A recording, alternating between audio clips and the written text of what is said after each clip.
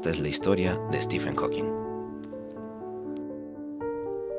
Nació el 8 de enero de 1942 en la ciudad de Oxford, Reino Unido, misma ciudad donde comenzó sus estudios en el University College, donde se licenció en el año 1962 con los títulos de matemático y físico, llegando a obtener el mismo puesto en la Universidad de Cambridge que Isaac Newton. Él, junto con otros científicos, desarrollaron el trabajo que Einstein nunca terminó, la teoría de la relatividad espacial, también unificando esta teoría junto con la entonces poco apreciada mecánica cuántica. Durante su época de estudiante, era un chico con una vida normal. Era un estudiante perezoso y poco interesado en la escuela y los estudios. Pasaba la mayor parte del tiempo con sus amigos y nunca estudiaba.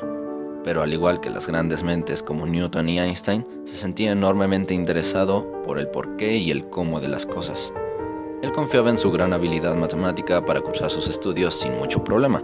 Debido a esto, él tenía la filosofía de no preocuparse por nada. Era un estudiante rebelde y fiestero con poco interés en el estudio o la investigación.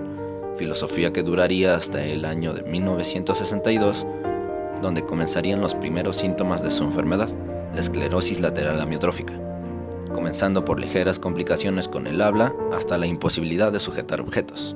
Se dice que el primer indicio de esto ocurrió un día mientras patinaba. Él cayó al suelo y tuvo dificultad para integrarse nuevamente, síntomas que empeorarían con el tiempo. Esta enfermedad atrofia las regiones del cerebro que controlan los músculos, haciendo que estos con el tiempo se dañen por la falta de movilidad, incluyendo aquellos que controlan los pulmones y los demás órganos vitales. Esta enfermedad se hizo especialmente conocida gracias al desafío Ice Bucket Challenge, que ocurrió hace un año, cuyo motivo inicial era a modo de solidaridad a aquellos que sufrían esta enfermedad.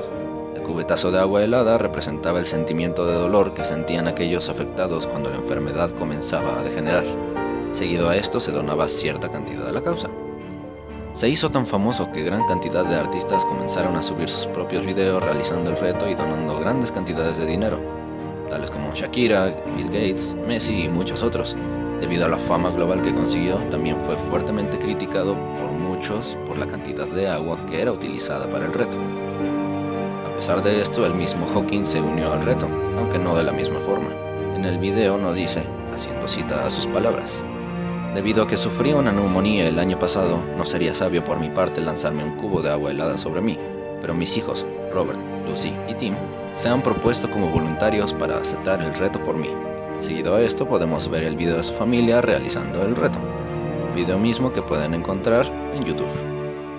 Volviendo al tema, él había sido diagnosticado con un máximo de 2 años de vida. Esto ocasionó que cayera en depresión, haciéndole pensar en que no valía la pena ni siquiera intentar terminar sus estudios. De manera inexplicable, la enfermedad no avanzó como habían predicho. Tiempo después conoció a Jane Wilde, mujer que se convertiría en su esposa. Gracias a esto, Hawking encontró una nueva motivación para continuar. Ante esto, él escribió: soñé que me iban a ejecutar. Entonces me di cuenta de que había muchas cosas que valían la pena hacer si me conseguían más tiempo. Fue entonces cuando, por primera vez, Hawking comenzaría a trabajar duro para conseguir un puesto en Cambridge. Continuó su vida formando una familia de varios hijos y haciendo uso de sus habilidades matemáticas, trabajó duro durante años, llegando a hacer el descubrimiento que marcaría el antes y el después, no solo de la vida de Hawking, sino también en el rumbo mismo de la física y de cómo el mundo vería la realidad propuesta por Einstein. De manera breve, la teoría de Einstein explica el movimiento y comportamiento de objetos inmensos como estrellas y galaxias, mas no podía describir las leyes que rigen a las partículas subatómicas. La teoría que ayuda a entender estas partículas es la mecánica cuántica. En esa época existían 2 tipos de teóricos que pertenecían respectivamente al pensamiento relativo y al pensamiento cuántico. Estas teorías se contradecían entre sí, ocasionando una pelea y separación de ambos bandos por mucho tiempo, pues utilizaban leyes e incluso matemáticas distintas. Fue entonces cuando Hawking se presentó diciendo que él sería quien unificaría ambas teorías, algo que nadie nunca antes había intentado. Para el momento en que Hawking realizó sus descubrimientos ya había perdido la movilidad en ambos brazos y piernas. Sin embargo, para un científico de su tipo, no eran estos los que le permitían continuar con su trabajo. Su cerebro y su mente seguían intactos. Haciendo uso de su increíble concentración, él leía y analizaba las ecuaciones descritas en el trabajo de Einstein. Él realizaba las pruebas, hipótesis y descubrimientos en su cabeza, y eran otros quienes se encargaban de plasmarlas en papel. Hawking, al igual que los grandes científicos anteriores a él, que cambiaron la forma de ver el mundo, emprendió su gran descubrimiento de la misma manera, realizando una pregunta fundamental, pregunta analizada por muchos antes que él, pero no con la perspectiva correcta. Se preguntó en qué pasaría si se observara de cerca a un agujero negro, mas no en el agujero en sí, sino en las partículas atrapadas en él. Él quería saber qué ocurría con estas partículas en condiciones tan extremas. Para ello, él hizo algo que en ese entonces los científicos de la época consideraban algo imposible.